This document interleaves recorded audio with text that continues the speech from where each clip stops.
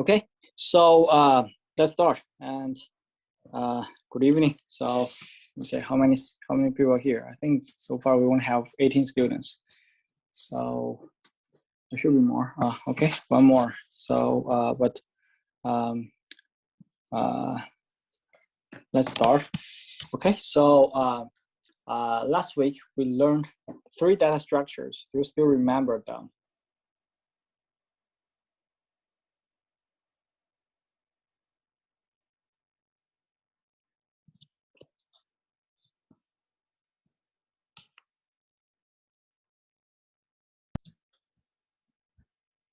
Can you repeat that, Professor?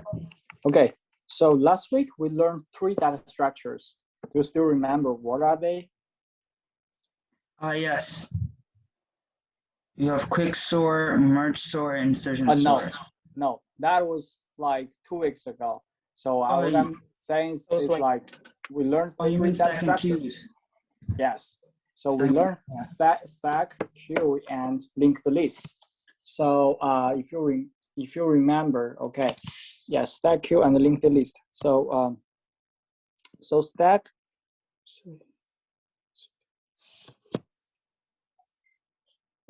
Learn stack, queue, and linked list. And we said that, if you still remember, we said that stack and queues, these 2 data structures are pretty much like arrays with buffer. So we don't use up all the spaces of them, all the spaces in the array. Instead, we just use a part of it. Whereas linked list is something more advanced. It's like this. So every node includes 2. In each node, we store two pieces of information. The first is what kind of value do we want to store in this node, and then the second one is the link to the next node. So we say that compared with arrays, the biggest advantage of these 3 data structures are at which so these 3 data structures are more efficient at which operation?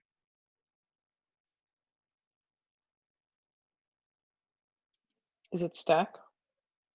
No, I mean, so my question is that compared with array, so these 3 data structures are more efficient on which operation?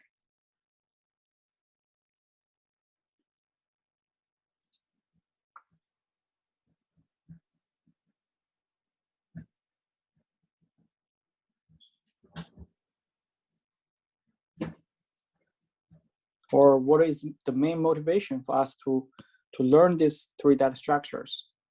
Because array has a drawback in one operation, which is not efficient at all.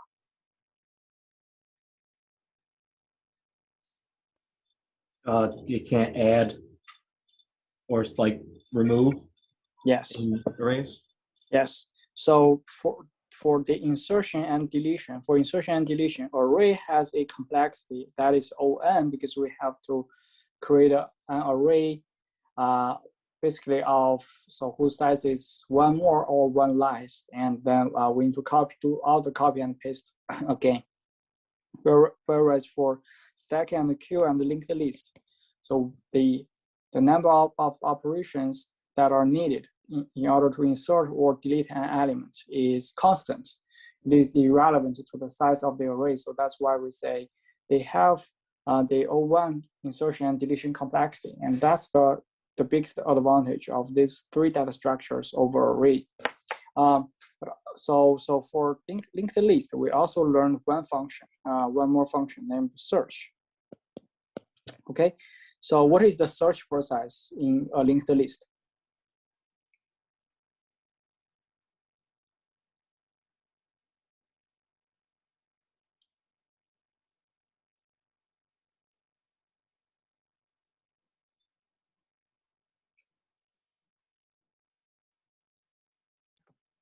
Isn't it O(n) square O(n)? Oh yes, the complexity is O(n), and this is because if we want to perform a search over a linked list, we start from the first node, which is the head. And then we check if this node includes the value that we want to search for. If not, we move to the next one. So in the worst case, we need to go over all the nodes inside the linked list. So that's why the complexity is big O(n). Okay, so and here you can say that in terms of search, how do we perform search over an array?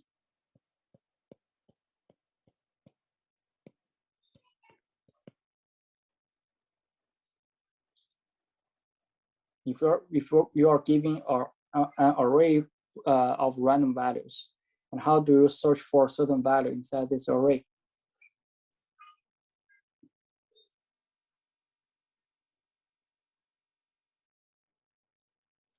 To index?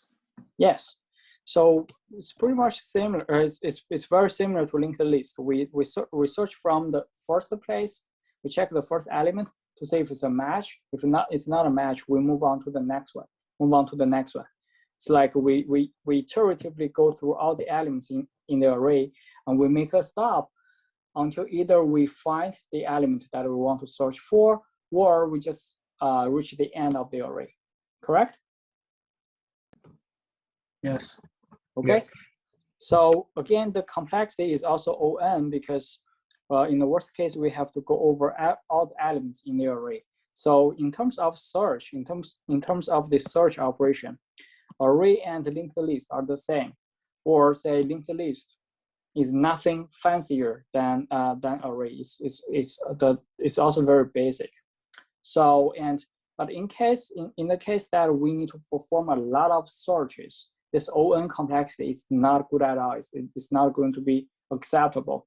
So we need a data structure that is more efficient at a search. And that is going to be our topic today. So we are going to learn a new data structure named binary search tree. So this data structure is very compared with array or linked list. This data structure provides more efficient search operations.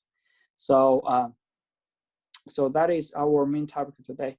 Okay, so before introducing binary search tree, this data structure, I need to go over the definitions of a couple of preliminary data structures. The first one is tree. Okay, so trees basically consists of nodes and edges or links.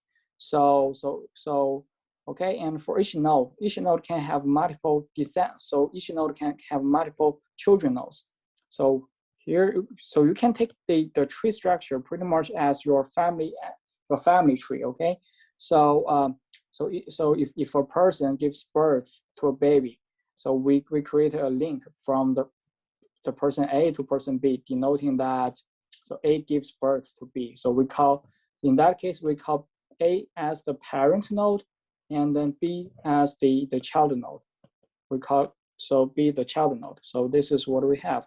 So we also have this in the tree structure. Okay, so we have parent node and child node.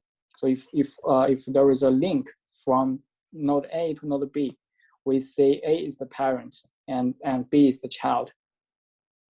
Yes, like inheritance. Yes, and okay, and also we are in the tree. We arrange in the tree data structure. We arrange the nodes on different levels. So here you can see could be your grandfather, and then this could be someone like your parent, your uncle, and your aunt. And here is you and your say your brother. So we arrange the nodes on different levels. So in that case, we say this is a tree structure. And so tree structures are pretty general and in computer science. And okay, also here in the tree structure, so on the top level, there is only one single node. We call this top node. We give it a special name. We call it root, the root node. And also for those nodes that do not have any child. So for example, this node, it does not have any child. Similar here, here for those nodes that do not have a child, we call them leaf node. We call them leaf node. So because they don't have any child. Okay, so any question with the definition of tree structure?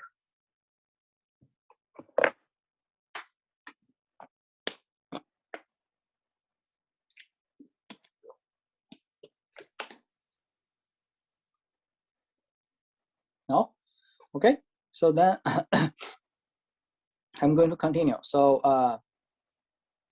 okay, so next, we're going to learn, so a special type of tree. So there could be multiple types of trees like this. If this is tree, if a tree is this large, if tree is this large.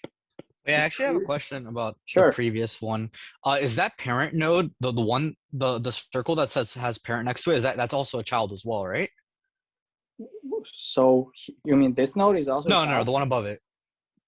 Above it? No, in the middle. This one? To the left. Here? That's also, it's a parent and a child, right? Yes. Would it be a child of the root, right? Yes. Yeah. Yes, it's the child of the root. Oh, okay. I see. So Yes. it could have multiple things attached to it. Okay. I see. Yes. Cool. Okay. So if this is the space of the tree, so if this is the space of tree, and then let's learn a special type of tree. So this a special type of tree is so it is a part. So it belongs to tree, but it's kind of like special. We call it binary tree. Binary tree. Okay. In order for a tree to be a binary tree, each node has to satisfy one condition. That is that every node can have at most 2 children nodes. So if we are giving a tree structure where every node has at most 2 children nodes, then we say this is a binary tree. Okay, so is this a binary tree?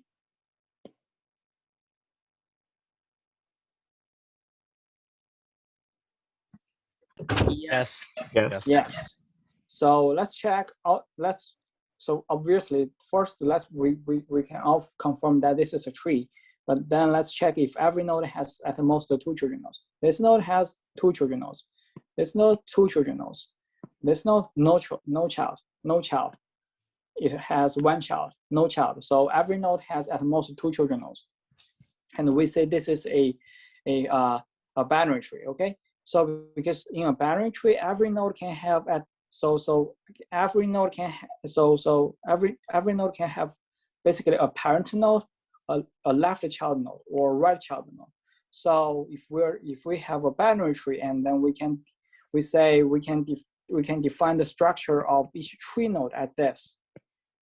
So it includes 4 pieces of information. The first one is a key, so which stores the value. Okay, which stores what kind of value it is. So for example, if we focus on this node, its key is going to be 5. It stores the value 5 over here.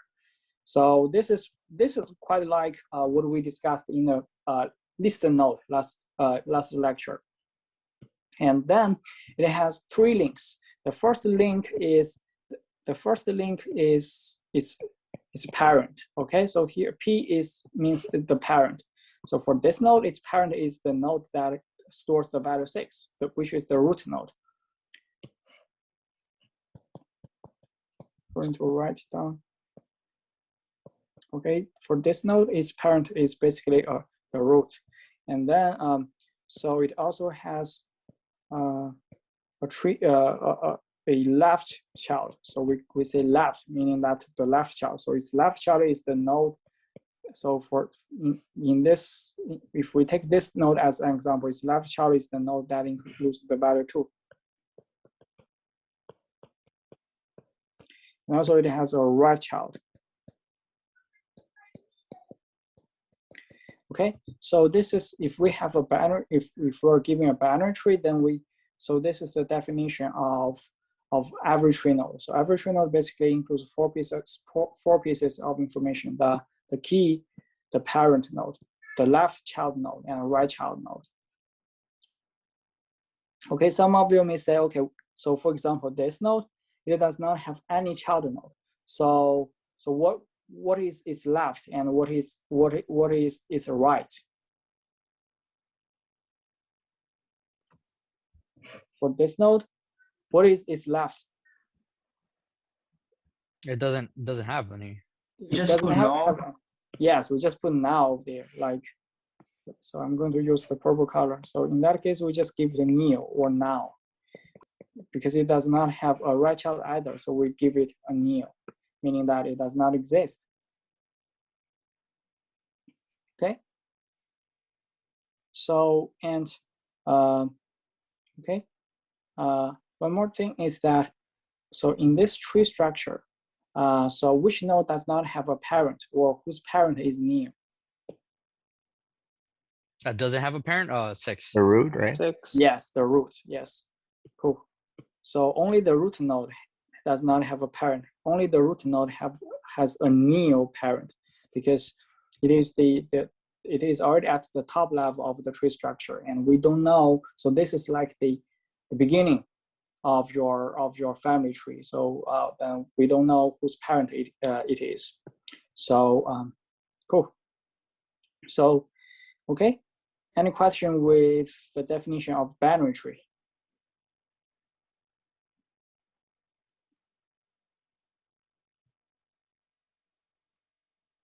No? Okay, next. So far we just discussed the tree and binary tree, and then let's look at that structure that which is our focus today. So it is a special type of a binary tree. It's called binary search tree. Okay, so in order for a binary tree to be a binary search tree, it has to satisfy this property. So we call it a binary search tree property.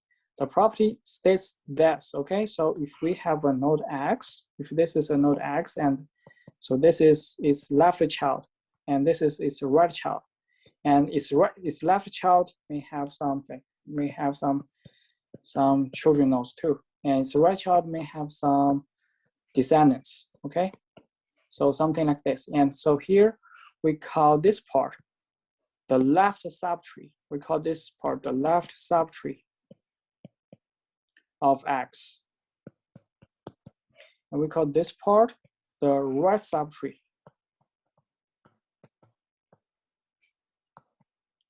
Okay, so in order for so if we have a tree, if we have a binary tree, and if every and then for every node in the binary tree, if it is satisfy the following property, the property is this, okay? All the values in its left subtree are less than or equal to the value at X, whereas all the values in the right subtree is larger than or equal to X. If this condition is satisfied, then we say, so if this condition is satisfied for every node, then we say this is a binary search tree. Okay, so basically for every node, if the value stored in this node is larger than or equal to all the values in its left subtree, but less than and equal to or equal to the values in its right subtree, we say this is a binary. We say it's a binary search tree.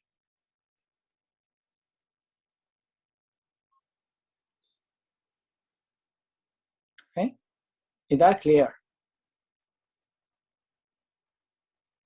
Yeah. Okay, cool. Can one node have 2 parents? No, only one parent. A node can only have a single parent, like here. We don't allow a node to have 2 parents.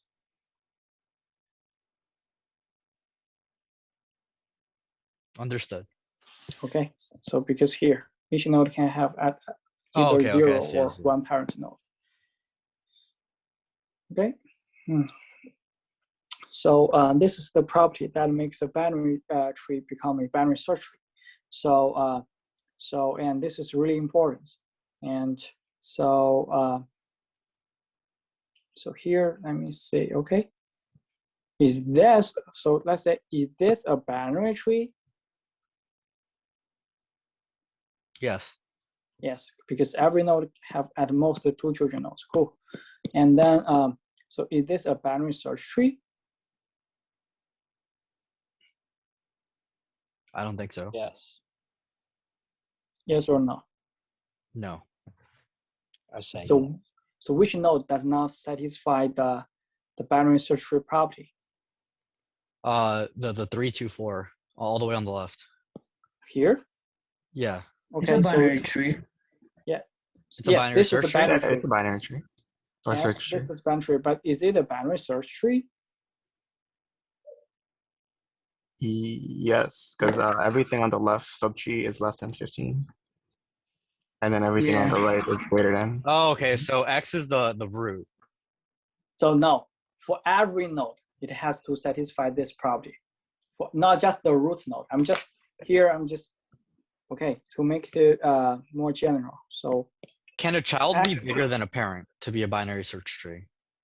sorry?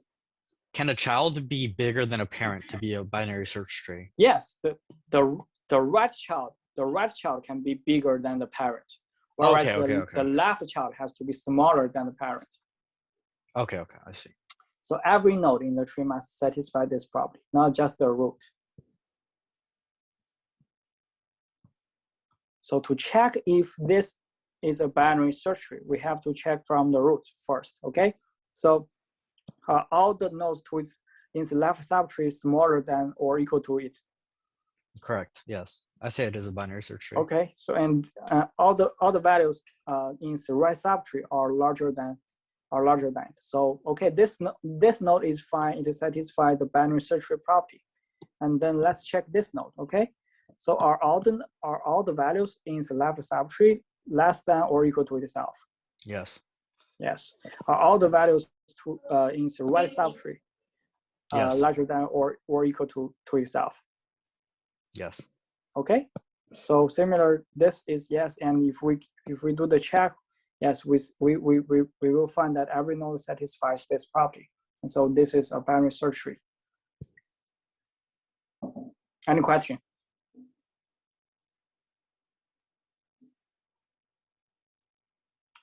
Okay, so if no, then I'm going to continue. Okay, so this is the data structure that we're going to learn today, and so inside this, so in last lecture, we said that that structure is the container, is the container for us to store the values or for us to store the data. And then for every data structure, we need to supplement it with say some functions or operations. So, and those things are called algorithms. So in binary search tree, we're going to learn the So in binary search tree, we're going to learn 7 operations or 7 functions. So the first one is named traverse. Traverse meaning that we want to visit all the nodes in the tree and print out their keys. So there are three different orders for us to traverse the tree.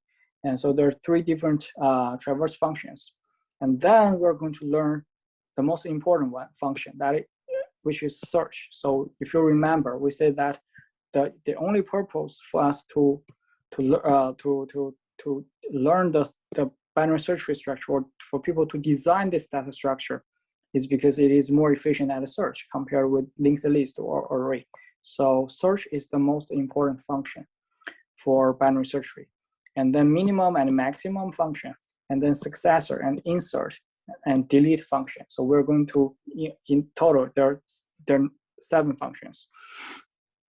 Okay, so first let's check let's first learn the traverse function. Okay, basically so keep in mind that in a traverse function, we want to visit all the nodes in the tree and print out the values or the keys stored in the nodes. So so here there are 3 different orders for us to perform the traverse.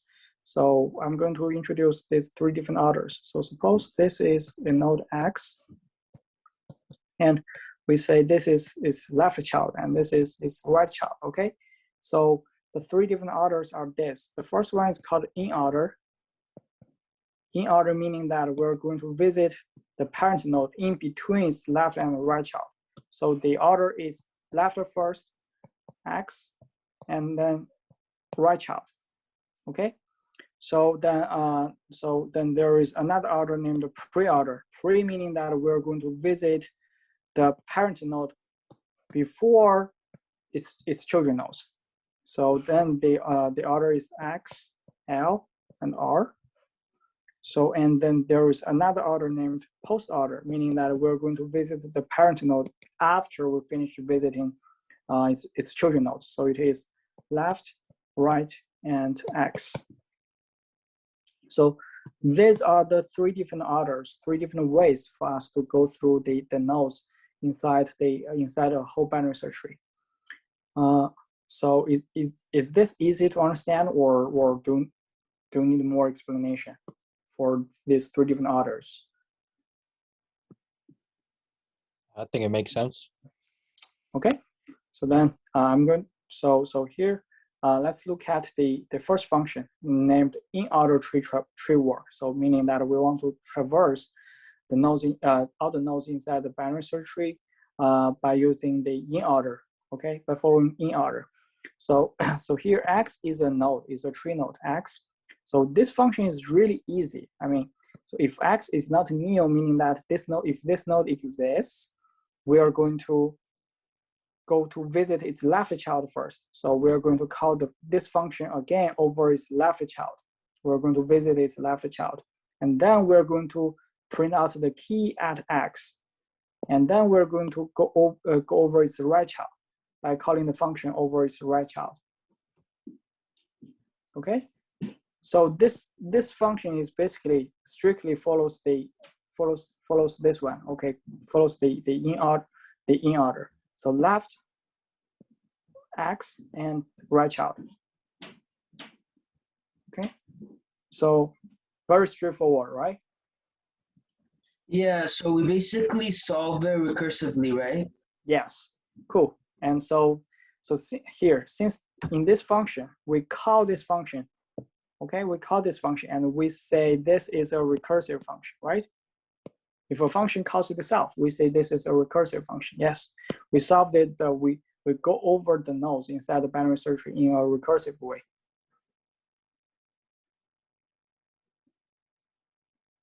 So any other question?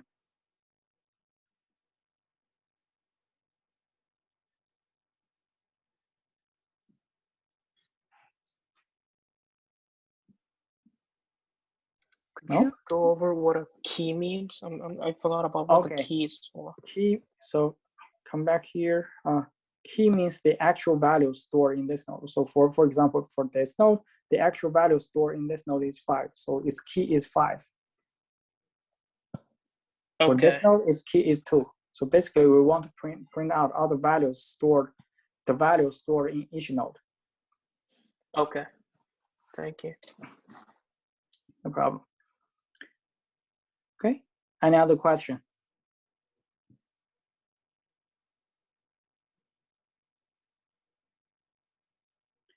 Okay, so let me do it in this way. So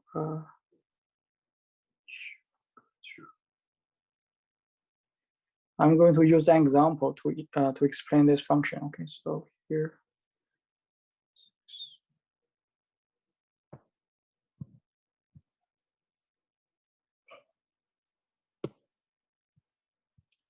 Suppose here we got a tree.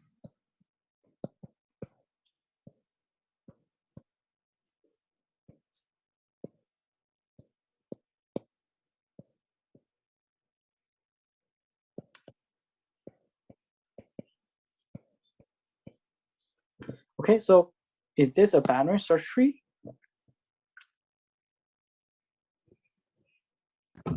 Yes. Yeah. Okay. Cool. Yes, this is a binary search tree. And so suppose that we want to call the in-order tree walk function over this tree. We want to perform an in-order traverse function over this tree. So again, initially we only know it's a root node.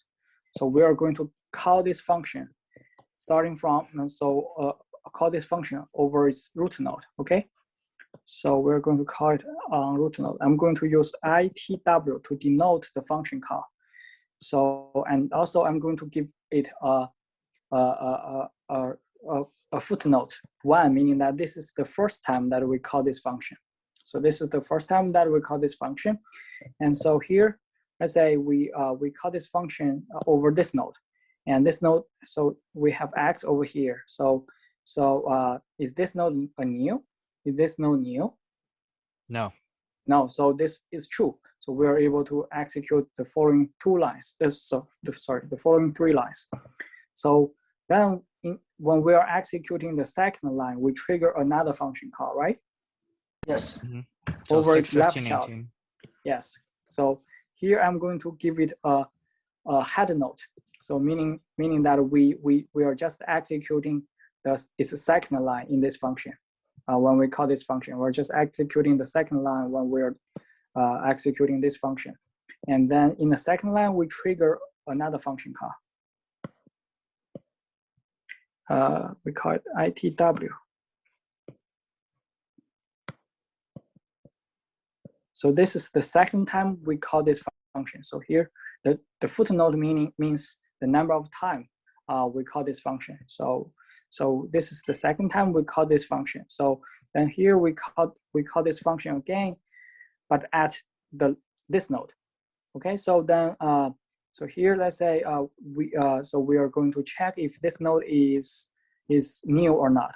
So obviously it's not new. So this is true, and then we are going to execute the second line. Okay, so in the second line we trigger another function call, right? Yes. Okay, so in the second line we're just executing the second line in the second function call, and in that line we trigger another function ITW. This is the third time we call it. We called it over its left child. So this is the third time, and here we are basically going to check. So in the third function call, we're going to check if this node is new or not. It's not new. So then we're going to say call the so we're going in the second line, we're going to trigger the function call over its left child. Okay, so we trigger another function call over its left child, ITW4. This is the fourth time we trigger this call. But in the fourth time that we call this function, we're executing this function at a new node, correct? Correct. Because this node does not have a left child, so its left child is basically new. So its left child is basically new. So in that case, so when we're executing the function call over a new node, so what we do is that it will fail in the first line. So basically we are not going to do anything in the fourth function call, correct? Yes. Okay, so then we go back to the third function call, because previously we were just executing its second line. So now we're able to execute its third line. So in the third line, we execute the print. Okay, we print out the key at this node. Okay, so which value are we going to print out? 3. Yes. Oh, sorry, I was in class. I Oh, said I was in class. Could you please turn off your mic? I was in class. I'm in class, right? Sabrina, your mic is in mute. I'll get them. Okay.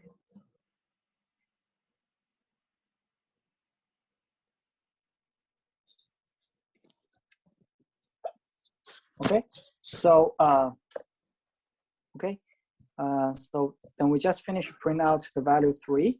At this node, when we execute the third line, we just print out the value 3, and then we're going to execute the fourth line over here. In the fourth line, we basically trigger another function call over its right child. Okay, so we make a stop at its fourth line, and then we're going to call this function again at the fifth time over a new node. Correct? Mm-hmm. So, and also this function call over a new node is going to stop immediately at the first line, because it fails. So we're not going to do anything. So then we go back to the third function call. We go back here. And so here we say that we just finished the last line. So then we just conclude this function call. So then we are able to go back to the second function call where we trigger the third function call. Okay, so in the second function call, we stop at the second line because we were just triggering another function call over its left child. Okay, so so now in the second function call, we just finished the second line, so we are able to execute the third line. So in the third line, we're going to print out the key for this node. So which value are we going to print out? 6. 6. 6. Okay, so the next value that we're going to say is 6. And then we're going to execute the last line, so in which we trigger another function call. Okay, so we make so now we are executing third line, and then we trigger another function called itw, let's say 6. Okay, so here we say, okay, and previously, let's say previously when we are triggering a function call over its left child, which is basically leaf node, right? This is a leaf node. So what we do is, even though we over here we trigger 2 more function calls, but in those 2 function calls we do nothing because they're new nodes.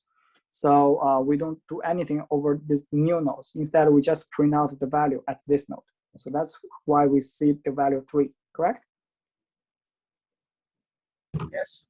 And Okay. this all happens when you trigger 15 first, the root. Yes. Okay. Okay. So so here, when we are triggering this function called the 6th function call over this node, is also a leaf node.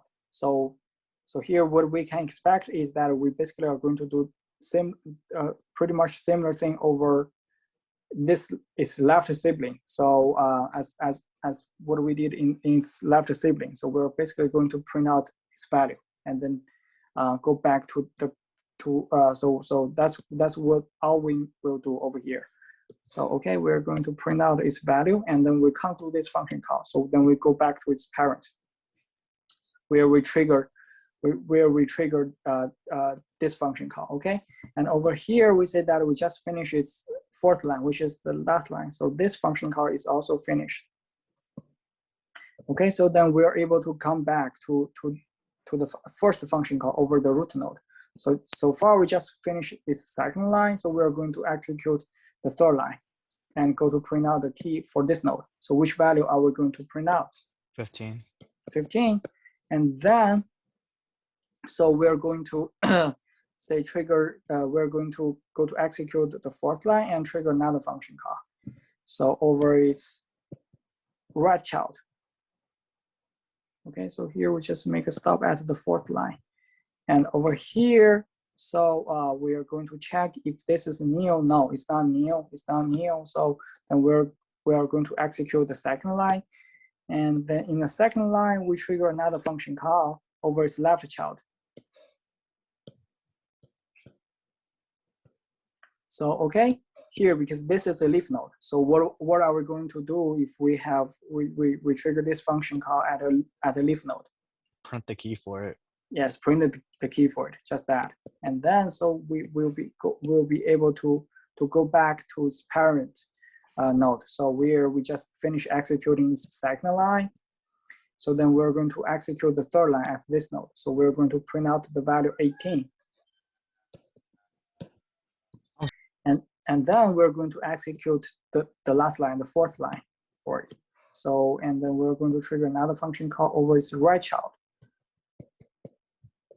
Okay, so again, this is a leaf node. So we are basically we're going to print out its key and then finish. So we go back to its parent. So here we just finished the 4th line, which is the last line. So we conclude this function call, and then we go back to its parent. And so here we say that we just finished the 4th line, which is the last line. So we finish this function call, and then we terminate. And this is the value that we are going to see, that we are going to print Wait, out. I apologize. What happens after you print out 20? So we go back to its parent node, because so we trigger this function call at its parent node. So its parent node at that time, its parent node just finished the fourth line, which is the last line. So this function call also finishes. So then we go back to its. This node is parent node over here. So we at which we just finished the first lines. Sorry, the last line. So then we're done. What's the complexity for this? Okay, I'm going to talk about it later. But you can think about it. So so these are the values that we were able to see. Okay, so far, do we print out all the values stored in this binary search tree?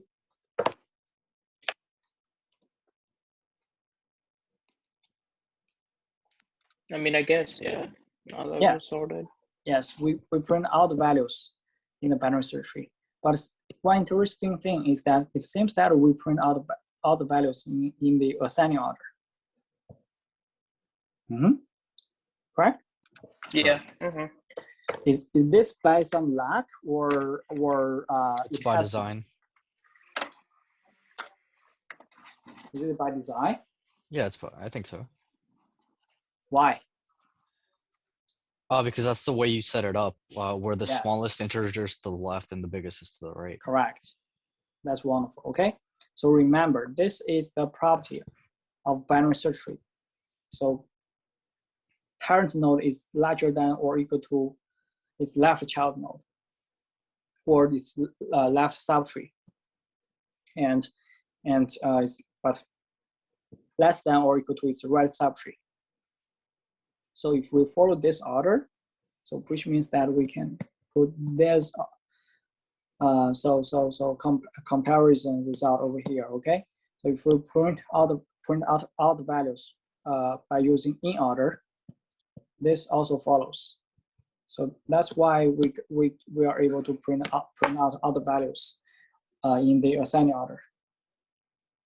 So this is by design. And when you're doing homework, just so if you want to check if your say in order tree traverse function is correct or not, just check if you print out all the values in the ascending order. It has to be in the ascending order. Make sense? Yes. Yes. But so guess, does the pre-order or post-order have the same thing? Do they also print out all the values in the ascending order? I don't think so. No. No, correct. There is no such thing. So only in order prints all the values in ascending order. Okay. So then the other thing that I want to talk about is, guess what is the complexity over here? Is it 01? 01? Is it like constant? No, No. it can't be constant because it's recursive. Log of n? No. So let me ask the question in this way. Suppose that you have 5 houses. Okay, if I want you to go to visit every house, to traverse all the houses, and how many houses do you need to go at least? 5. Yes.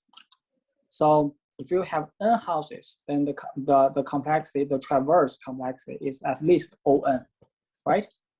This is the lowest possible, because you have to visit all of them. There is no better way. So here, in this, No, unfortunately not. Let me see if someone wants to left one here. I have to mute her. Okay, so here, okay, if you have, so this is O(n) is the lowest possible traverse complexity, and also in the in-order tree work, the complexity is O(n), because for each node we just visit each node exactly once. We just apply this function call over each node exactly once. So so that's why we got the O(n) traverse complexity. Okay, and here, So far, so any question with regard to in-order tree work?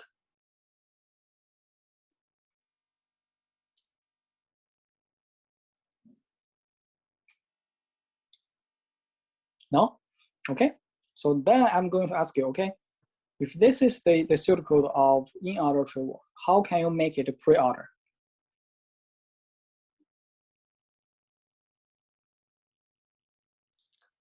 Change lines 2 and 3. Yes, you're just switching line 2 and 3. So if you switch line 2 and 3, it will be X first, and then L, and then R. Okay, how can I make it post order?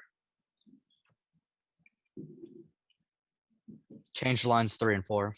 Yes, exactly. If you change the order of line 3 and 4, it will be left first, then right, and then X. So that is post order. Okay, make sense? Yeah. Yes. Mm-hmm. Okay, so I mean, when you do your homework, when you are doing your homework 5, after you finish implementing in-order tree work, I would say probably it will take you at most 10 minutes to finish pre-order and post-order. Super easy. Okay, so far we finished introducing the traverse function. And any question?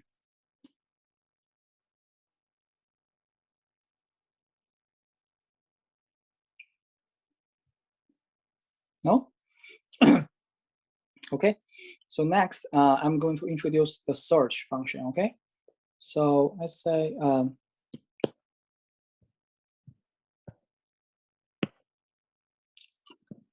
okay, so previously we double checked, okay, this is a binary search tree. And suppose that you are at the root node of the binary search tree, and I ask you to search for the value 3. Sorry, I ask you to search for the value 13. How are you going to proceed? You're going to go to the left. You're going to make a left. So is that correct? Can you ignore all the values on the right side of the root node? Yes, you can. Yes. Yes, because Keep your all the condition. values, yes, all the values here are going to be larger than or equal to 15. The root node, the root value. So because the value, the target that we want to search for is less than 15. So we should totally ignore this part. Right? Yes. Mm-hmm. Okay, so then we move to this node with the value 6. So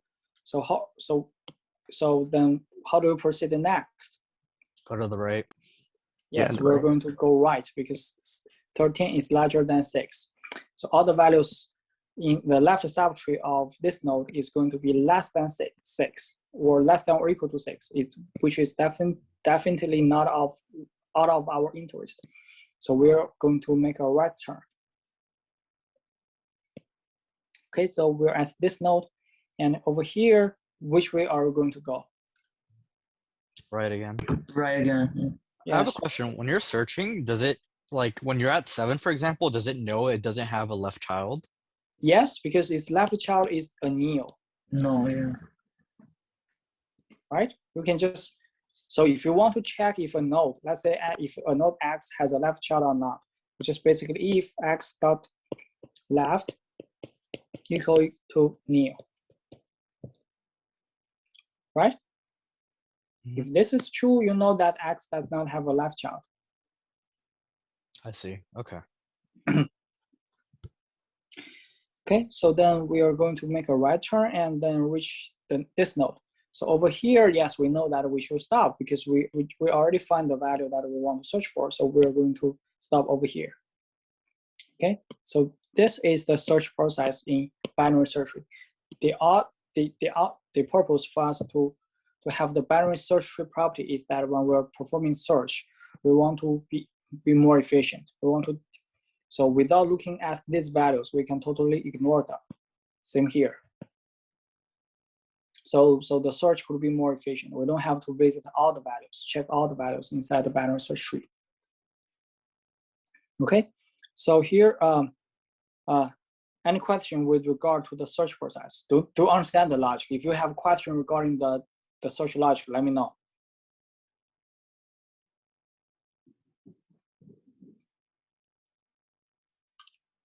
Okay, if not, then say here, on level 1, on this level, on the first level, how many nodes do we visit? Did we visit? Does it count itself? Yes. 4. 1 node. Okay. I mean, I'm just asking this level. On the first level, how many nodes did we visit? One node. How many levels did we visit on the second level? 1. How about the third level? 1. 1. The fourth level? 1. 1. The last level, 0. So basically, on each level, we are going to visit at most 1 node. At most 1 node. No matter how many nodes are there on that level, we are going to visit at most 1 node. Correct?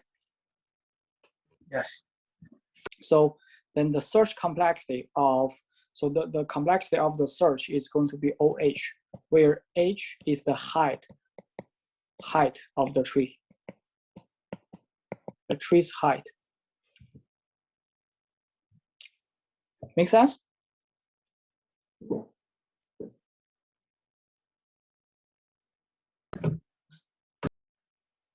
Mm-hmm. The height means how many levels, the number of levels in the tree. So this tree has 5. Yes, this tree has 5 levels. So the search complexity is OH. So here, for the first time, we're not talking about complexity in terms of ON or O something. We're talking about it in OH. H is the height of the tree. For finding 15, it took 04, right? Or would it Sorry? still be 05? So for finding 13, would it be 04 or 05 since we didn't go to the 5th level? So we don't need to be specific about the number of operations that we perform over a single search. We just talk about this. It's fine. OH. Okay. We need to be general. Okay. How does O of H compare to like O of N? Oh, that's a very, very good question. So I think I'm going to answer your question a little bit later. So probably in 10 minutes. Is that fine? Yeah, that's fine. That's fine. So okay. So far, you just need to keep in mind that the search complexity is OH. So anyone has any question with the search of the logic of search?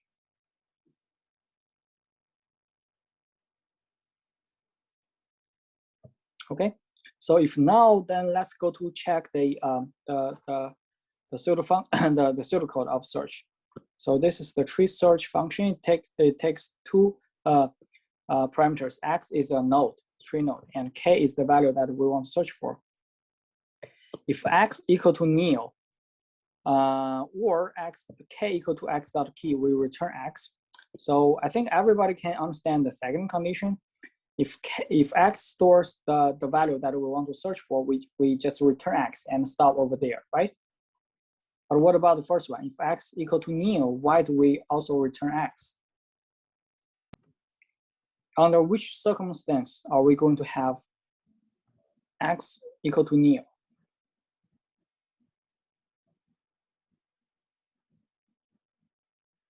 If the root is nil? No, yes, that's one possibility, but it's not general enough. Let me give you one example over again by using the same tree. Okay, so for now, let's don't search for the value 13. Let's search for example 9.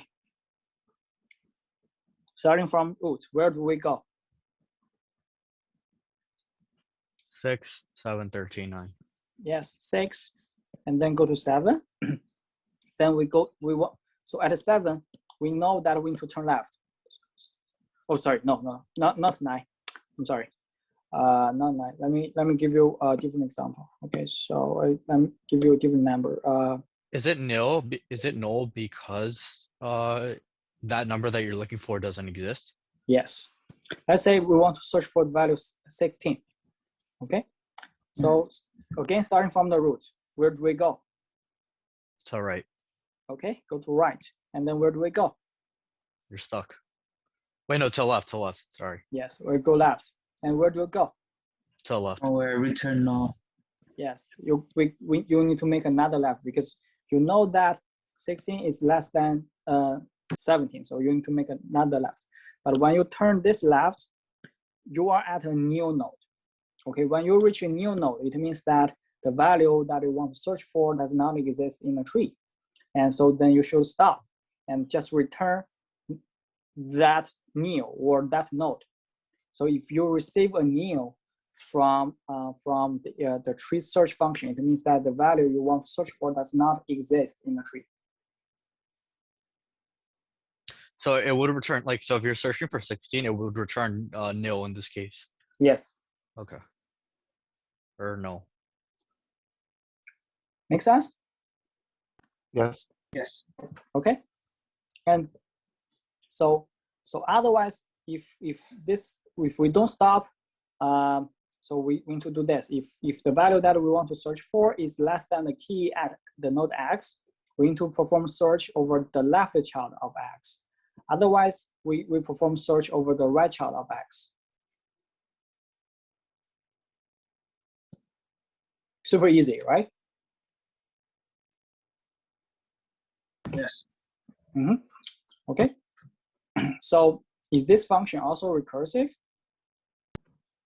Yes, it's calling on itself. Yes, it's calling itself. This is also recursive. So this is also Is that what recursive means, that it calls on itself? Yes. Okay. If a function calls itself, we call it recursive. We say it's a recursive function. So recursive function is easier for us to understand from the pseudocode or from the code itself, but it's hard for us to debug. So if you have if you got an error in a recursive function, you don't, most of the cases, most of the time, you don't know where, in which function call does the error come. So that's why in your homework too, some students have spent so much time on debugging because they Because it merge. just stacks up. Say it. It just stacks up. That's why it's kind of hard to debug it. Yes, you lose. So if this function keeps calling itself, it say this tree search calls itself, like what I previously showed with the in order tree work example. Okay, you don't know where, you don't know at which function call does the error come from. So so that's why in practice we want to avoid the recursive function. And luckily, some very smart people, some engineers already proved that for every recursive function, you can find a iterative function to replace it. Okay. What function? Iterative function, meaning that you replace the recursion with loops.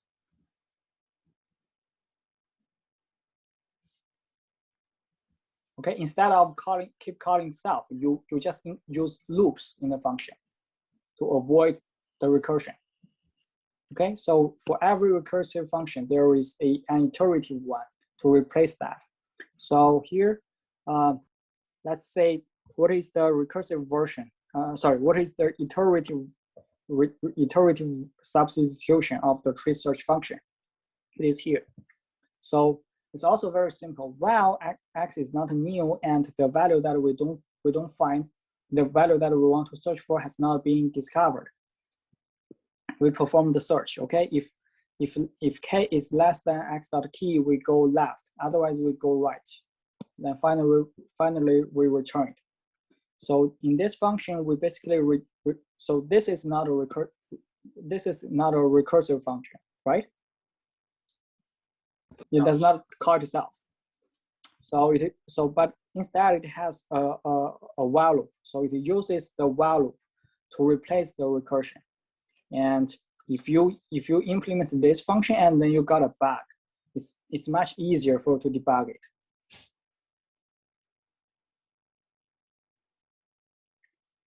Okay, so in your homework 5, you're going to implement both of them, but in your job, when you go to your job, so always go for iterations. You avoid recursion. Okay. Professor, so the time complexities that you've taught us, every single one of them has been worst case scenario, right? Yes.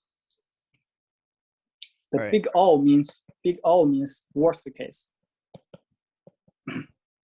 And if so, in the computer science world, nobody cares about the best case because you have to be extremely lucky to get the best case. So no one cares about the best case. Some people care about the average case. So to denote average case, we use capital theta. But we also, this is rarely used. So this is more important. The worst case is more important. We want to get an upper bound in, estimate of the time consumed by your code.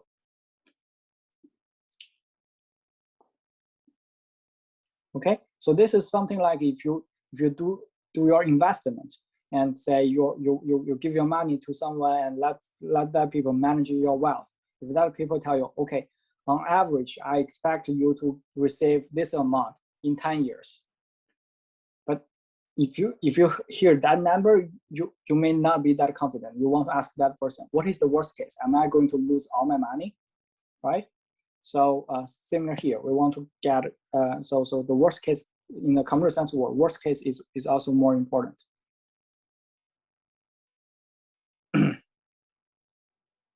Make sense? Yes. Okay, cool. So, and then here, okay, so let's come back to this example. So, so what is the minimum value inside this tree, inside this binary search tree? Well, where is the minimum value? All the way to the left. Yes, leftmost is the minimum value. Where is the maximum value? Rightmost. Yes, because if you go left, if you go this way, you will keep saying a smaller value, and if you go this way, you'll keep saying a bigger value. So to find the minimum value, we just need to keep going left. To find the maximum value, we just need to keep going right. Make sense? Yes. Okay. So then this is the function to help us to find a minimum value. So from a tree, and x is a tree node. Okay. So while it has a left, while x dot left is not new, meaning that while this node x has a left child, we move x to its left child. We move x to its left child. We go down. We go left, but we go left and down, and we will only terminate this until there is no more left for us to go. So then we just return. So in this way, we'll be able to go to find the leftmost node, which stores the smallest key. And then to find the maximum value. So it's also pretty the same. Okay, while the node x has a right child, we keep going right.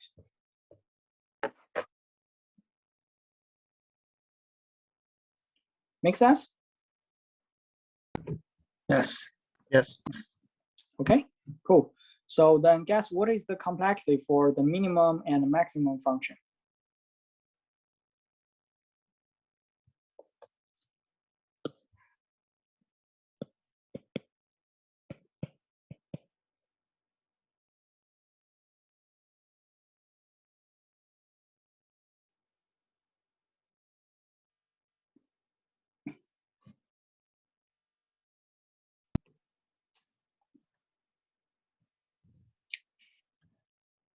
What is the complexity? Guess. Isn't it OH? OH. Yes, it's still OH. The reason is that, so every time we just go one time down, one level down. In the worst case, we can go each levels down, right? So that is, so the minimum and maximum function also has OH complexity. Make sense? Yes. Okay, cool. So now, so I'm going to answer the question about this, about here, okay? About this one. So what is the relationship between H and N? N is the number of nodes inside the binary search tree, and then H is the height of the tree, okay?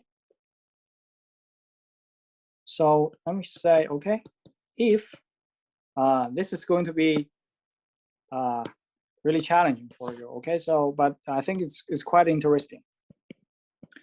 So, so in the best case, we can have a tree that is full of nodes, meaning that every child except for the nodes on the last level. So every node except for the leaf nodes have 2 children nodes, okay? So here we got a full tree, meaning, so, okay? So let's say how many nodes are there on the first level? 1, How many nodes are there on the second level? 2, How many are there on the third level? 4, How many are there on the fourth 8, level? Guess how many are there on the fifth level? 16. 16, right? So each level just doubles the previous level, because say each node just has 2 children nodes. Make sense?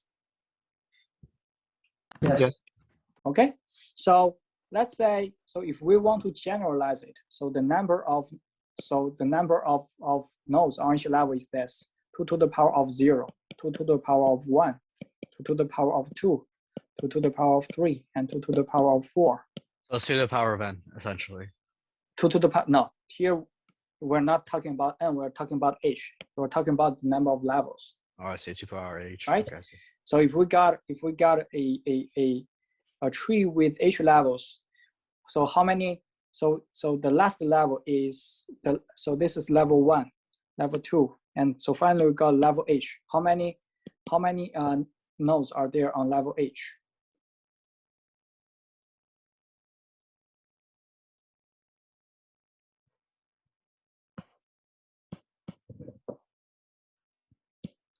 How many nodes are there on the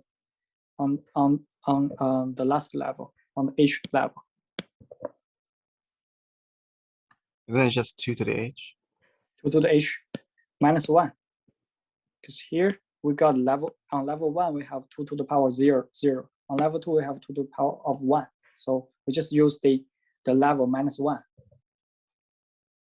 Right? Yeah, I see. Okay. So if we get a complete tree with h levels, how many values can we store? How many nodes are there? If we got a h levels, if we have a tree with h levels, so how many nodes are there? We got h level complete tree.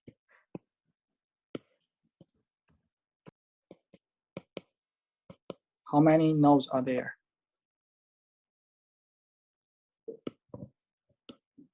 We just sum them up, right?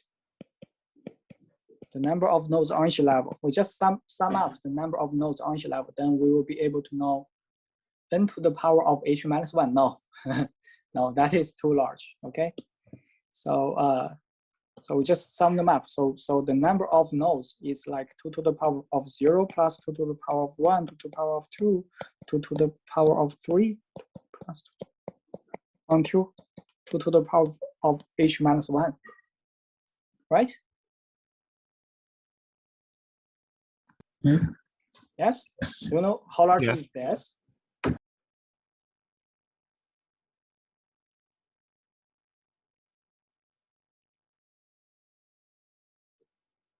Okay, so I'm going to give you an equation.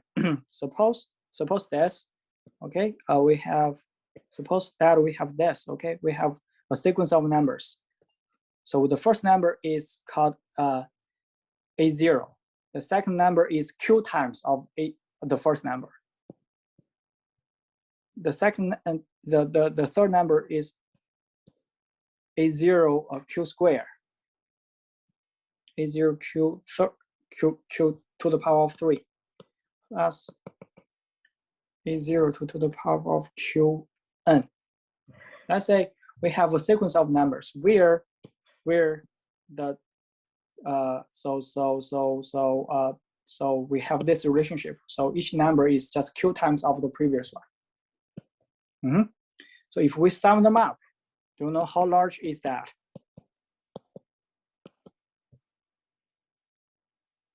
What's the sum of this sequence? Summation of AQ. No.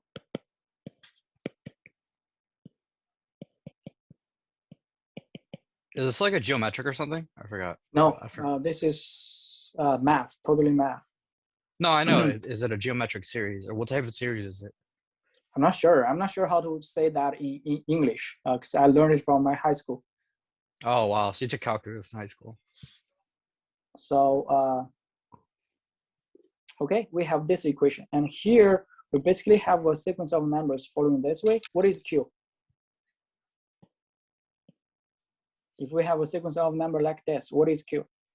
Q is 2. Yes. So because Q, so each number is twice as large as the previous number. So we have Q equal to 2. What is A0? 1. Yes, we have A0 as 1. And then so what is N? H minus 1. No, H minus 1. So H minus 1. So if we substitute those values over here, we can calculate the sum. It is this 1 minus 2. A0 is 1 times H minus 1, which is N plus 1. So, oh, sorry, I forgot one thing. That is minus 1. So I forgot a minus 1 over here. Sorry. So, oh no, there is no minus 1. Okay, there is no minus 1. So if we do this calculation, so finally it will be this 2 to the power of H minus 1.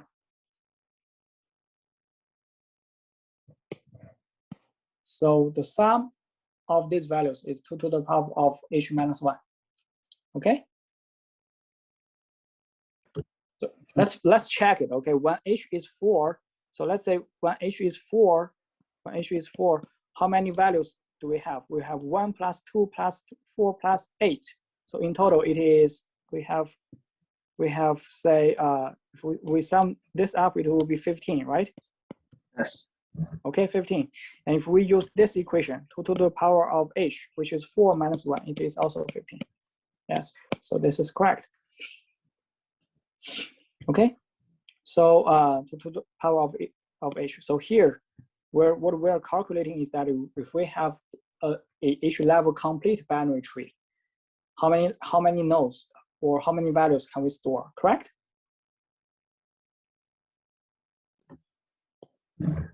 So in practice, if we have a H level binary tree, it does not have to be complete.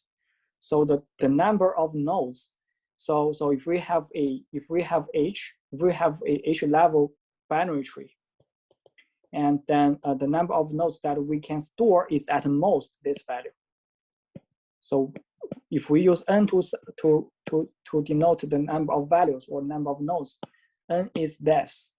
N is less than or equal to H plus 1, so 2 to the power 2 to the power of N minus 1, right? 2 to H minus 1, correct? Are you still with me? Yes. Yes. Okay, so it can be only less than or equal to this. So if we want to, so with this equation, it's like this: 2 to H is larger than or equal to N plus 1. So H is larger than equal to log base 2 N plus 1. Okay, so this is the relationship between H and N. So H in general, H is, we can say this: H is larger than or equal to log N, actually log base 2 N, but that is smaller than or equal to N, because So if we have a tree like this, if we have a tree like this, if we have n nodes, then we are going to have n levels, correct? Yes. Okay, so that is the relationship between h and n.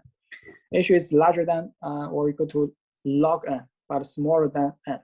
But in general, we have h very close to, sorry, we have h very close to h very close to O log, h very close to log n. So then you can say that the search complexity of binary search tree is basically very close to O log n. Isn't it data log n? What? Oh, sorry. I was thinking about average complexity. Yes, the worst case, it is around O log n. So it is around O log n. So which is compared with array or linked list whose search complexity is OH. This is much better. Log n is much better. Right?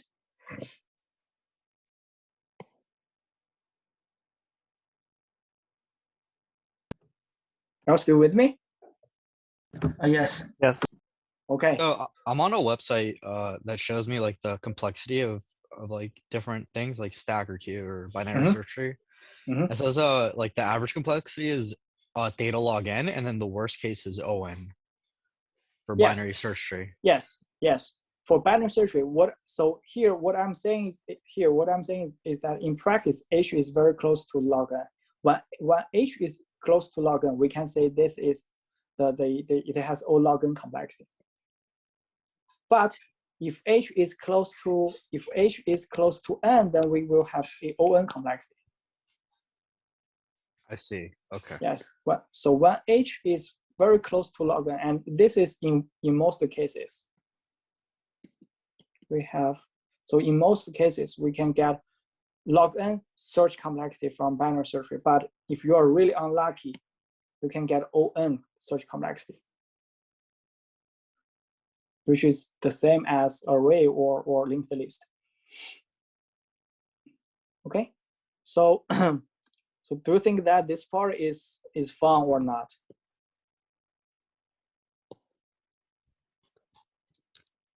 The mathematics? Yes.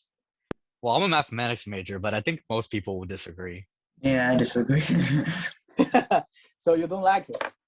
It's okay. I enjoy it. I enjoyed it a lot. Yeah, I'm not a math guy. So I wish I could be a math guy, but I really enjoy this part. I think this part is more beautiful than the algorithm itself. So here the advice that I can give you is that, okay, so if you are interested in this, I'm pretty glad, because it means that you are so this is what we do, what people do in graduate studies, especially PhD. So if you are interested in this, I would definitely encourage you to go for a graduate study, even a PhD. So this is really beautiful. And so the second thing that I want to discuss is that, because last lecture, so some of you asked me where am I from, and from that question we realized that, so for now 50%, at least more than 50% of the faculties in our department are from China. So I received one email from a student asking me why is this. I don't have the chance to reply him because it's going to take a long while to explain. But here I'm going to explain why, because here I have to say that here in the US, the students, especially when you are young, like in your high school, middle school, and elementary school, you have a much better life. I mean, you're much happier than the kids in Asia, in most Asian countries like Korea, like China, like Japan, or Singapore. So because here you got more opportunities to like to go to gym or say just play or go to learn some arts, go to learn some leadership. But over there, so let me ask you one question. Okay, how many hours do you study besides class in your high school? None. None. 0? Yeah, I know that. Max 1 hour, max. I know that in Max? China it's like all day. You pretty much live to study in high Yes. school. Yes. So over China, our schedule is my high school schedule is this. So we have 6 days a week. Okay, we go to school 6 days a week, and so from so the first class starts at 7:10 a.m. and then the last class ends at around 4:30 or something like p.m. So this is the class time, and my schedule and most students follow that schedule after the 4:30 p.m. class. Some people so live in the dorms, some people go back home. So we usually started from like 6 or 5, at least 6 p.m. until 1 a.m. in the morning. Yeah, it's pretty standard. So each day is like 15 hours of study, 6 days a week. So that's why we were able to learn these things. And this is in my first year of high school. So that's why this. Okay. So because PhD or obtaining to obtain a PhD, you have to do all this, and because so those Asian people, they in Asian countries or even the Asian immigrants in the U.S., they pay a lot of attention over education. So that's why so we got more than 50% of Chinese faculty, and personally I'm pretty proud of it, because math is really beautiful, and this is math is the basis of science. So it's definitely worthwhile to explore it, to spend a lot of time on it. Is university life easier than high school life in China? Sorry?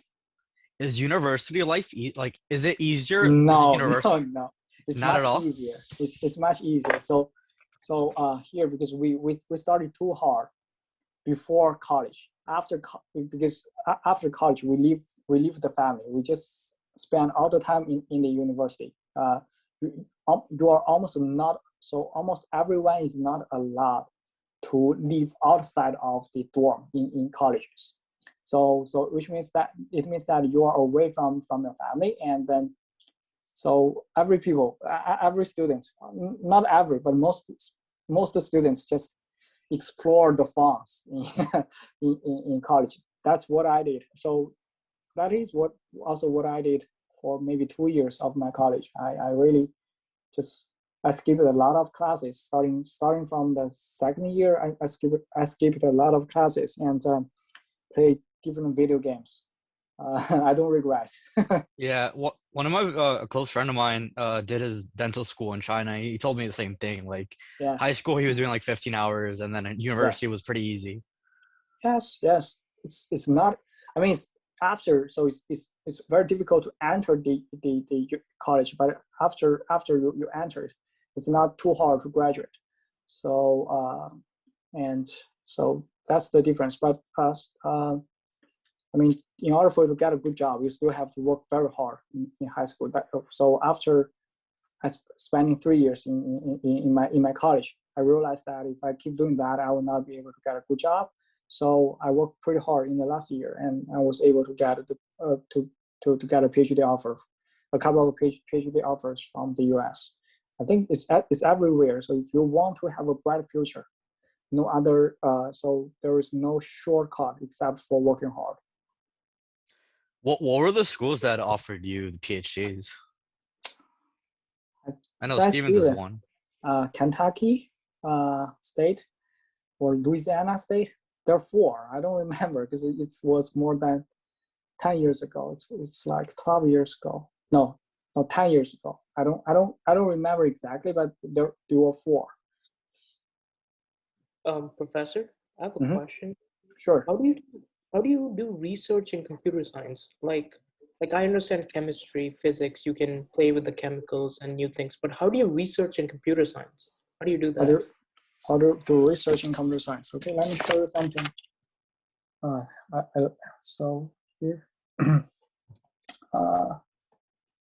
so let me start presenting from my laptop.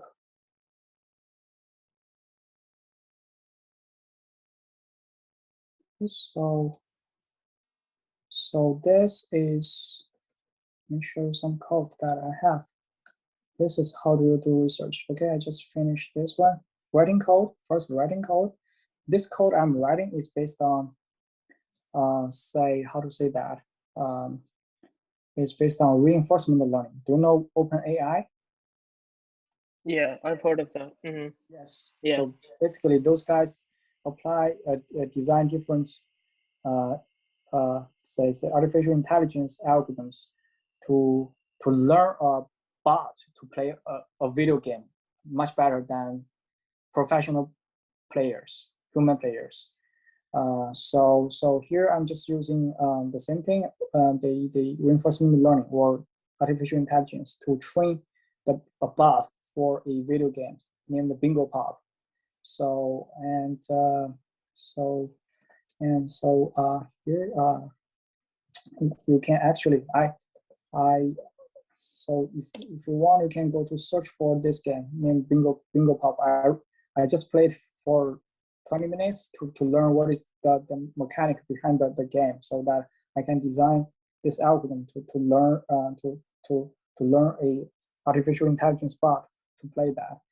And in terms of how to do research, so here I'm just going to give myself as an example. So if you Google my name here, this is my personal web page.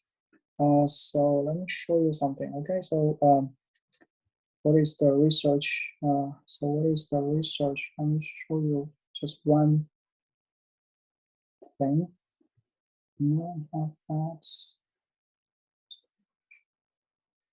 Okay, so how do you do research?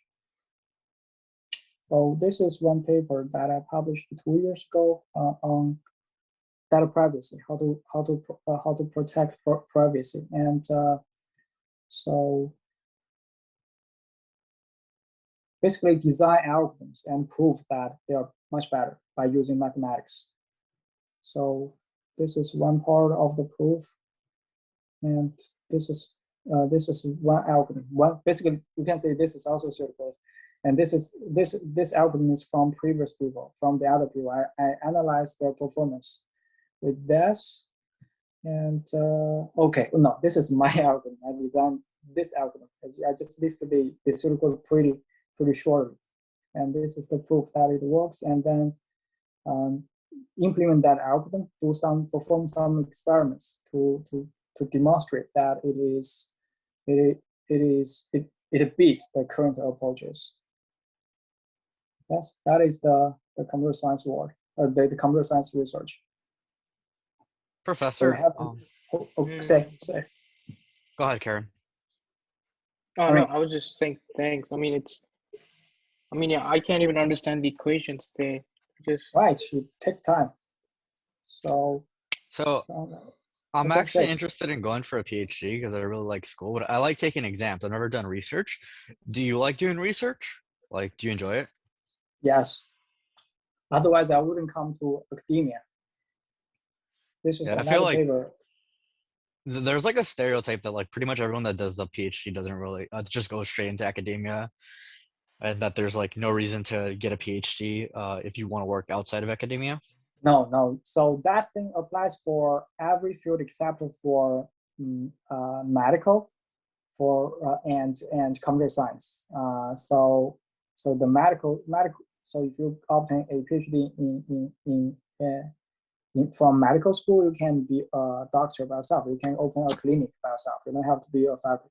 If you obtain a PhD in computer science, you can go to be a software engineer in a top company like Facebook, like Google, and my lab fellows. So I got 3 lab fellows. So what? the lab fellows, we lab mates. We work under. Lab mates. Okay. Lab mates, Yes, okay. we work under the same advisor in our PhD life. But I graduated a couple of years before them. So those people, they recently graduated. So 2 of them joined Facebook as a computer scientist. Basically, they will give you that job title if you have a PhD. But basically, you're also doing software engineering thing. They're just programmers. And the other one go to Amazon. So 2 go to Facebook, and 1 go to Amazon. So after they got their PhD. So I'm not sure about the Amazon guy, but I know the Facebook guy. Guess what is their starting salary, including 150? everything? 150? Double it. Huh? 300? Yes. This is their starting package, including stocks, including bonus, including base. Plus they got a 100,000 sign-on bonus. Sign on? Yes. So 400 for the first year? Yes. And that's from Stevens, right? Yes. So So here in computer science, I mean, if you come to academia like me, I mean, you're not going to be able to make that crazy amount of salary. yeah, but I mean, like the average Montclair full-time professor doesn't get paid poorly. Definitely not, 300K, but it's okay. Yes. So yes, if you got a PhD in computer science, and if you don't want to stay in the academia, so there are plenty of opportunities for in the industry, and you will be much richer. Do you know about other fields that aren't computer science, like I know economics? Economics. Yeah. I don't know much about it. I know something like business. I know something about chemistry. Also biology. For them, they don't have a lot of choices other than their academia. So you have to stay. Mostly, if you got a PhD, you have to stay in academia.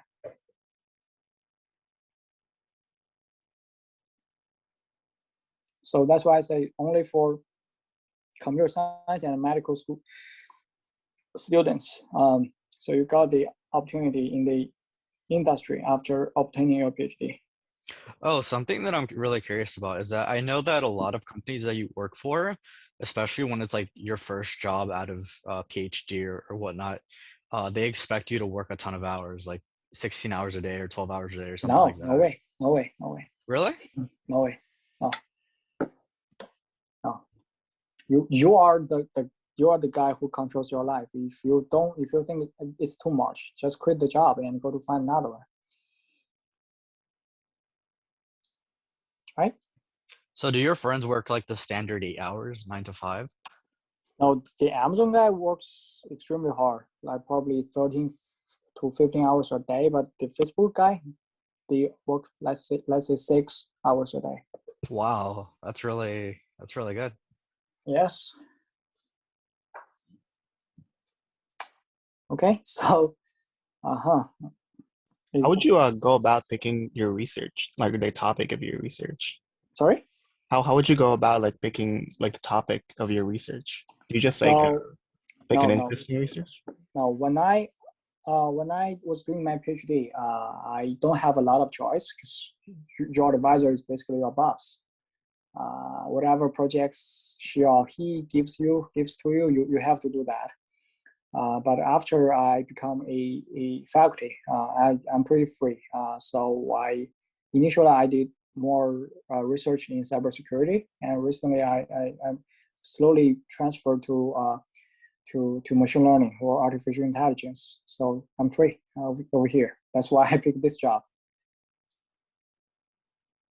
Yeah, I saw that on your Montclair profile. I was thinking of doing a master's in artificial intelligence. Do you think there's like demand for that job?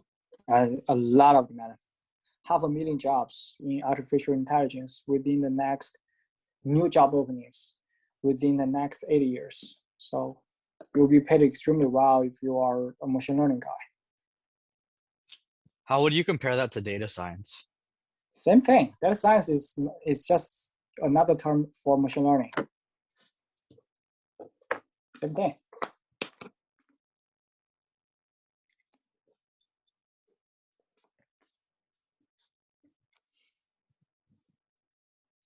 Okay. So any other question for me to wake you up? You mentioned OpenAI. Didn't they do like the Dota bots? So have you heard about this thing? No. Dota. Yeah, the mobile game.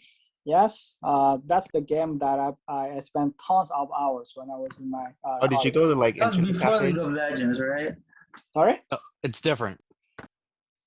Well, it's like it's a mobile game. I heard something like LOL. So Yeah, League of Legends. Yes, League of Legends just so is after Dota. So it copies a lot of things from it. But yes, it's they're similar. But I would say this one is probably a little bit easier, and this one is a little bit more difficult.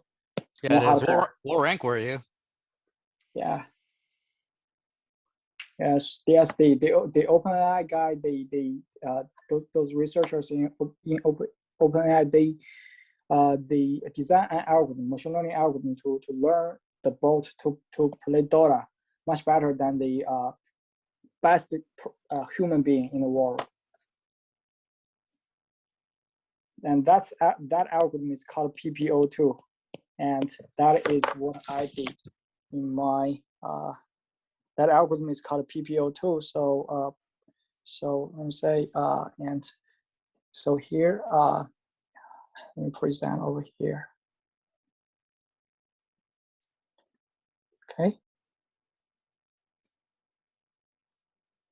So it's called PPO2, and that is what I did in my research. Let me say here, train agent.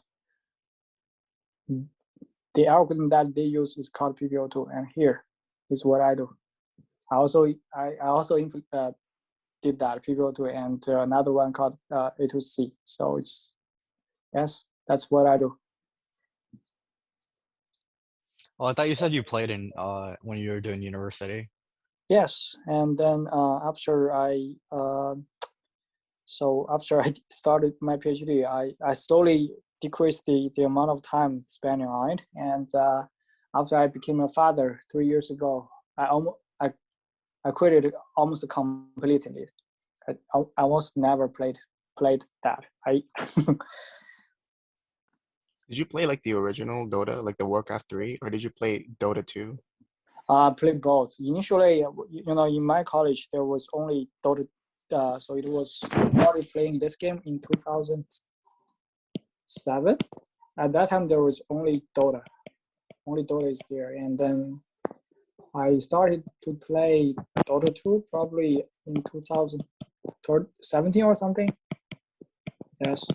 And I remember that I started my job at Montclair in 2017 when I taught the first course named operating system. I told those guys in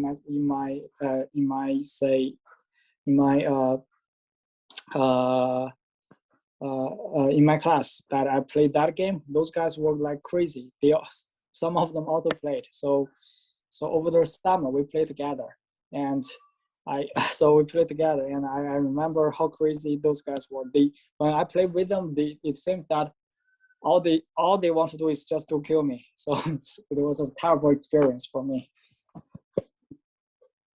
But after that, after 2018, I almost never played that game. Almost.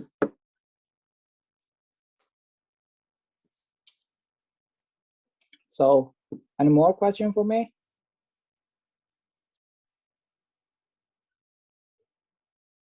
Oh, actually, I do have a question. So you said you had a 3.2 in your undergrad, and then you had like a top 1 or 2% in your GRE.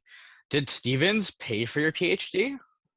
Yes, I got the tuition is totally waived, and they pay me a stipend around $30,000 a year. Yeah, I heard that was, and they also give you housing and medical, No, right? no housing, no housing. Okay. So yes, but with this, you're fine. So you can just find an apartment and also make your life. Wait, so did you work part-time to pay for like the housing? No, because Stevens give me let's say after tax, I think I got around 2K a month. So I used that money to support my life, including housing. I basically rent an apartment in Hoboken, and so for 700 or 800, something like that. But definitely, I shared the kitchen and the restroom with a couple of other guys. That's fine. For a 20-year-old guy or 22-year-old guy, that's, I mean, I think it's pretty good. Because at least I don't have to carry like 100,000 student loan.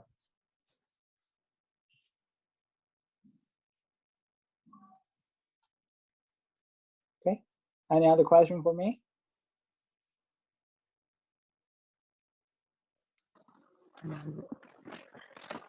I have a question. This is, but let's say research a topic and some other professor somewhere around the world is doing on the same thing. Mm-hmm. So how do you guys not like like kind of like not reinventing the wheel? You know what I'm saying? Like you guys end up doing the same work. So Mm-hmm. do you guys like connect with them or just continue on your own path? Oh, it depends. So depends on what kind of person you are. If you want to have collaboration, yes, you're free to contact the guy who's doing the same topic with you and to see if you can build some collaboration.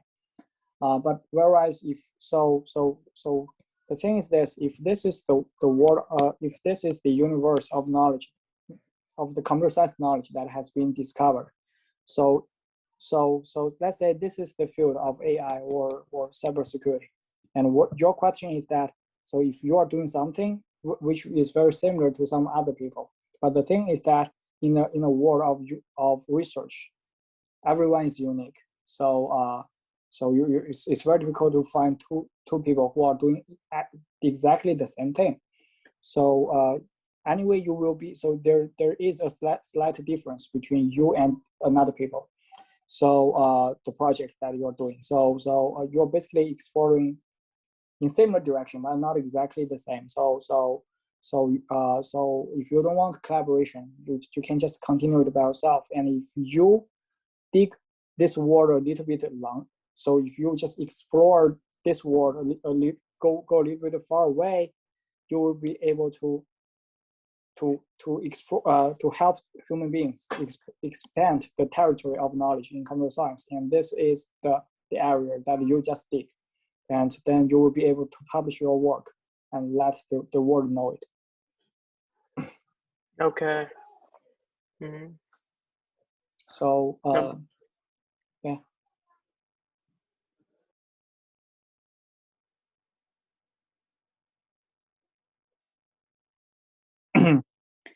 Any other question for me?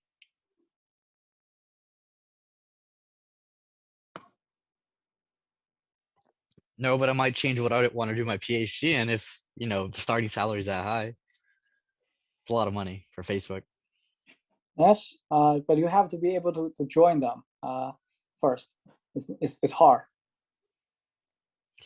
But I know that for Stevens, it's like 100% of people who graduate from Stevens are employed. So I know that's like a really good school. Yes. So it's not too hard to get a job. I mean, so I know some guys, so there's some students who are doing master at Stevens, master in computer science at Stevens. I know in CS from Stevens, a lot of them I know go to different field other than CS because they cannot program. So then some of them go to join a bank as a clerk. Some of them go to work in the civil engineering field. I mean, yes, all of them got a job, but not all of them got a good job. Similar for you guys, okay? Since most of you are citizens, it's not difficult 20-year-old guy, healthy guy to get a job, but to get a good job, no. So you have to prove yourself.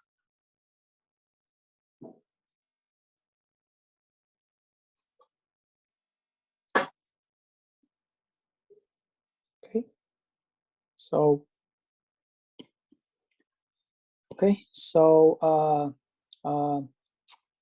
any question for me? No? Okay. So that is what we have for today. And so here we learned the first 4 functions of binary search tree: traverse, search, minimum, and maximum. And we are going to leave the other 3 to next week. Okay. So that's it. And also, okay, this week you don't have a homework. You don't have a new homework. So because in your new homework you will need to. Oh, sorry. No, you don't have a homework. So your homework is going to be due. Your homework 5 is going to be released today, but it will be due in 2 weeks. Okay, so because you are going to implement the other 3 functions, and which we will learn next week. Are the other 3 functions like harder than the first 4? Successor? All 3 of them in general. Yes, in general, okay, they're much more difficult than this one, especially the delete. So we are going to spend quite some time on them next week. Oh yeah, that makes sense. I was wondering why we didn't like go over the entire time.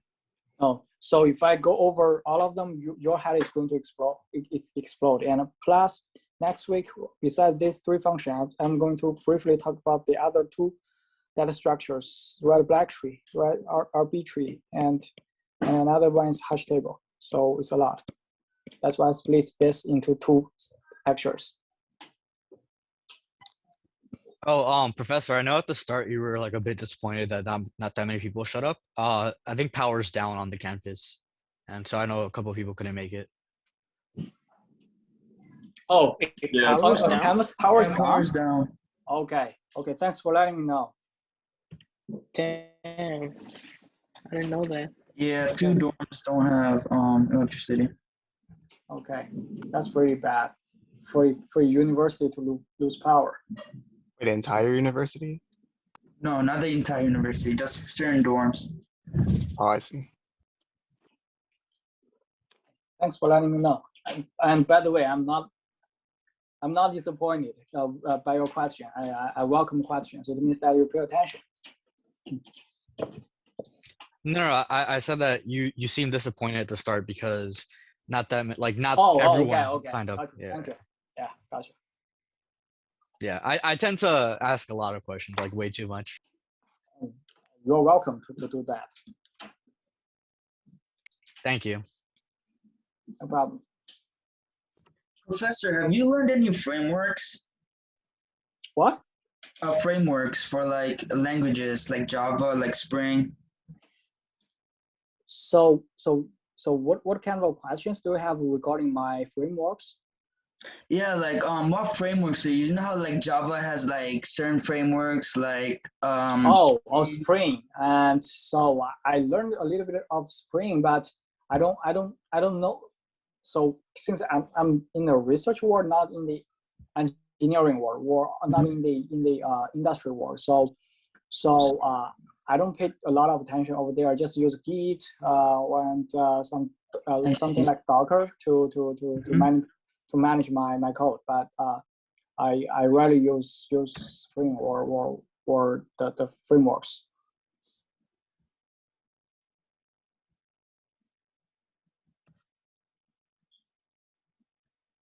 Okay. So any other question for me?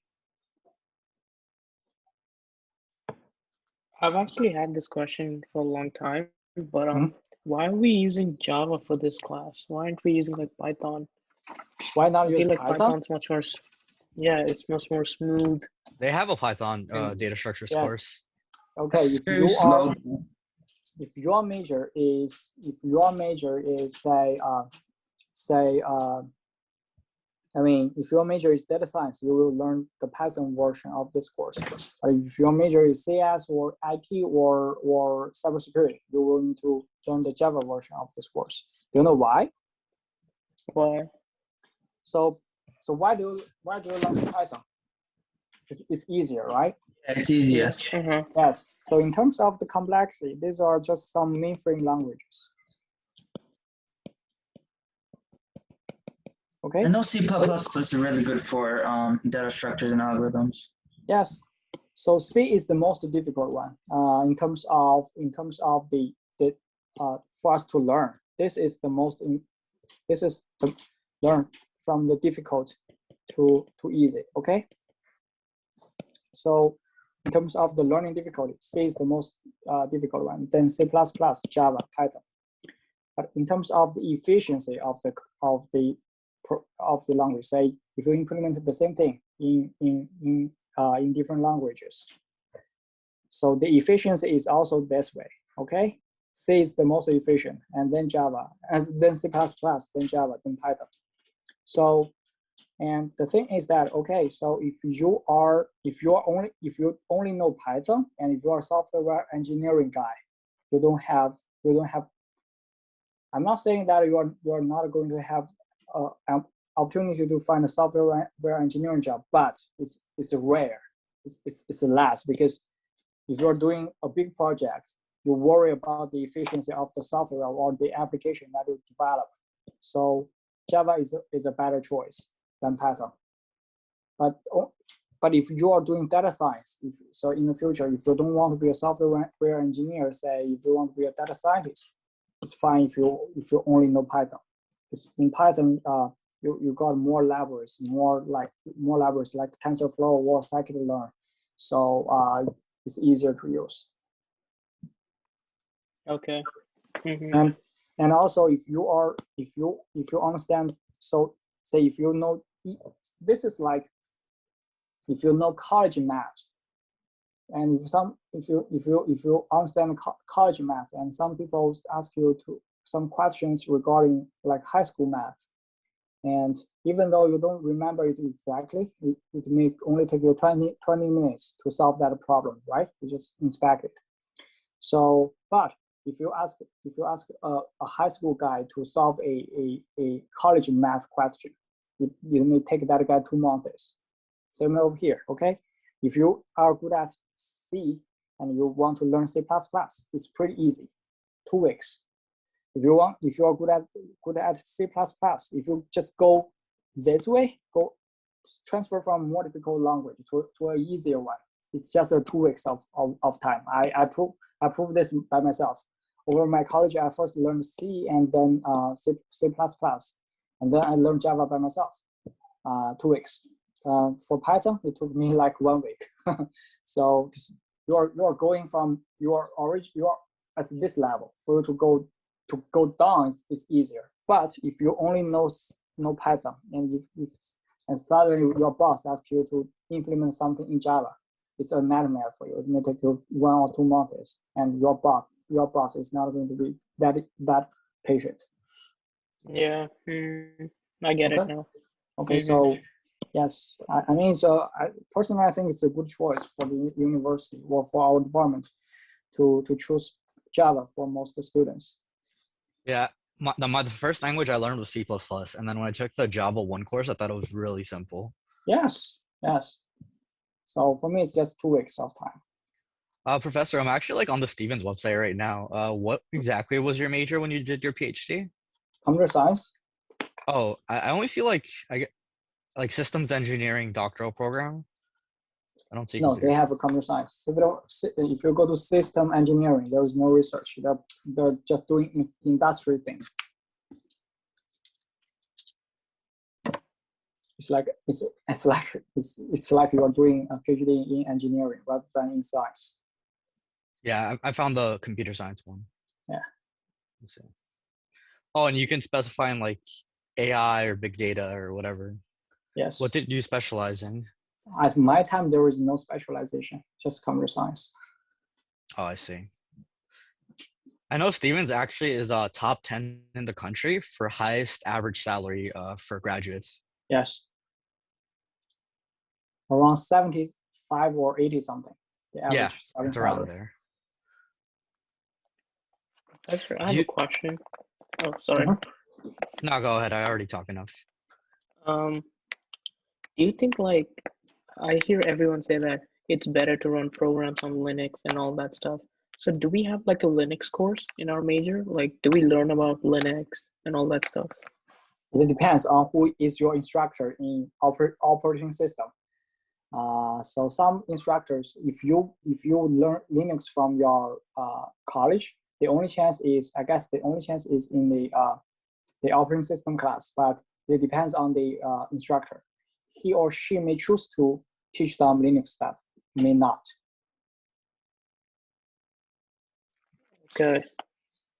Because I feel like everyone keeps saying, like, what I've been reading is that like Linux is the go-to platform to host. So I was like, do we learn about Linux? I mean, in my college, I probably only spent 2 hours with Linux.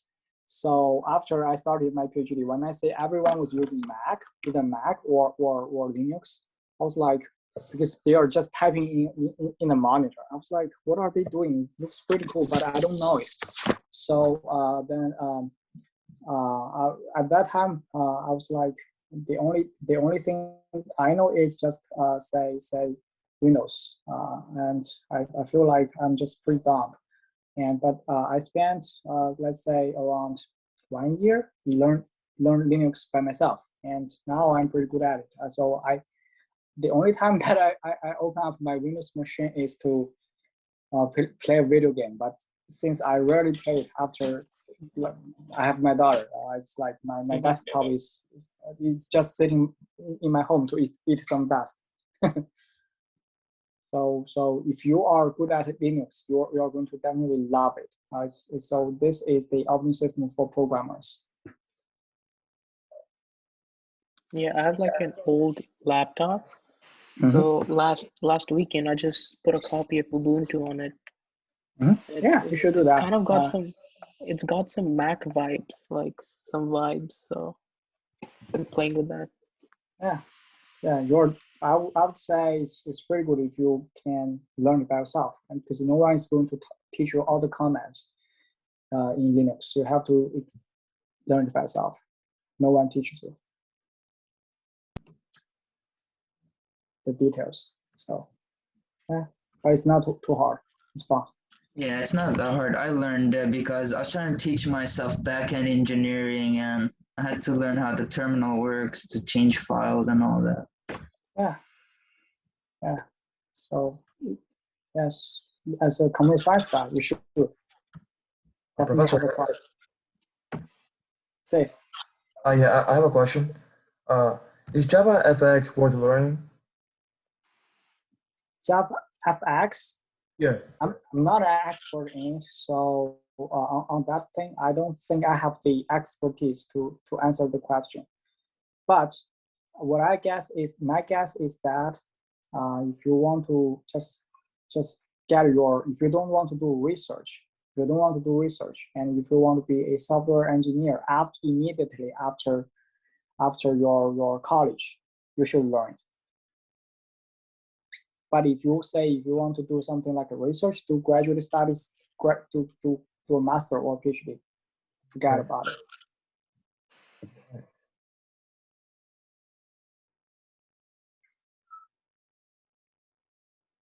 Okay. Any other question for me? Yeah. So how many classes do you have to take in grad school? And Around like how difficult is it? Huh? Around 10 or 11 to receive a master's degree. No, like per semester. How many 3. did you take? 3. 3? And how difficult are they compared to undergrad? Since I didn't do my undergrad at a US university, I don't know. But my experience is that on average, each graduate class is like 2.5 hours of lecture a week plus 7 or 8 hours of homework. That's not bad. Mhm. When you say 7 or 8 hours of homework, does that include studying? Starting? Yes. Studying, yes? Yes. Yes. Okay. So for each course. So in total, it's like you have to spend 30 hours. Like 30 something. hours. Yeah, it's not that bad. It's pretty reasonable. Yeah.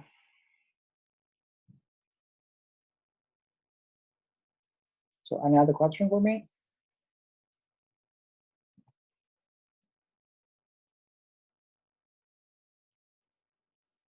Okay. So, I mean, if you don't have any question, then I'm going to ask you one question. Okay, you don't have to reply me now. You don't have to answer it now. So the thing is that I want to know. So how do you like my teaching? So so what can I do better? Because we already spent a little bit over 1 month together. So now you actually 6 weeks together. So you probably know my teaching style. And if you want me to improve something, if you want me to change something, feel free to let me know. So probably all of you know. I don't want you to tell me now, because if you have some suggestions, and you may not want to tell. So to let me know just directly.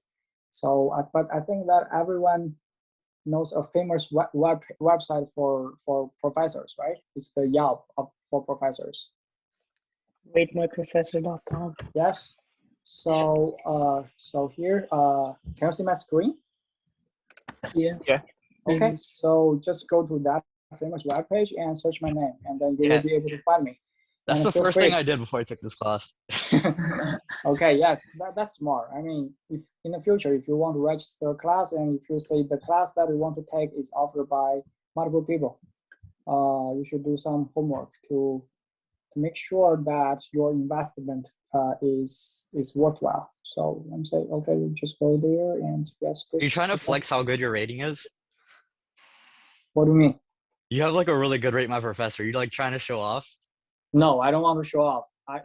So I don't. So it seems that I cannot open it. But what I want to say is that if you say if you have any suggestion for me or so whatever, just leave your comment over there. I regularly check it. So